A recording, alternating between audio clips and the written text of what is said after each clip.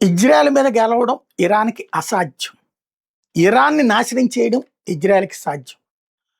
Iran మీద గెలవడం కాదు ఇజ్రాయెల్‌కి కావాల్సింది. ఇరాన్ మళ్ళీ తన జోలికి రాలేనంత దెబ్బతినడం దానికి కావాలి. అందుకనినే అదే విజయం దానికి కావాల్సింది.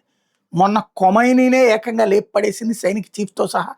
కొమైనీ కుటుంబాన్నంతా లేపేసింది. ముక్తజా కొమైనీ ఇవాల్టి వరకు ప్రమాణ స్వీకారం చేయలేని పరిస్థితిలో ఉన్నాడు. చేసేసినట్టు మాటల్లో రికార్డులో చెప్పుకోవాల్సిన పరిస్థితి వచ్చింది. ఆ తర్వాతను చూసుకుంటే ఇప్పుడు ఏకంగా వాళ్ళకి సంబంధించిన కొమైనీ తర్వాత ఉన్నటువంటి ఇద్దరు లారీజానీని, సులేమానీని ఇద్దరిని లేపడేసింది. కాకుండా కీలకమైన నాయకుడు ఎవ్వడు టేకప్ చేస్తేనే ఆయన లేపడేస్తుంది. అట్లాగే ఆయుధాగారాలు ధ్వంసం చేస్తుంది. అలాగే తయారు కాబోయేటటువంటి వాటిని ధ్వంసం చేస్తుంది. ఎక్కడా వదిలిపెట్టట్లేదు.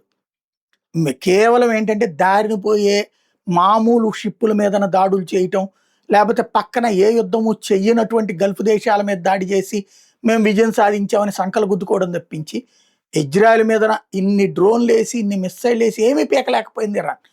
ఇరాన్లో 60% విధ్వంసం చేసేసింది ఇజ్రాయెల్. ఇజ్రాయెల్‌లో 10% విధ్వంసం చేయగలిగింది ఇరాన్. అది తేడా.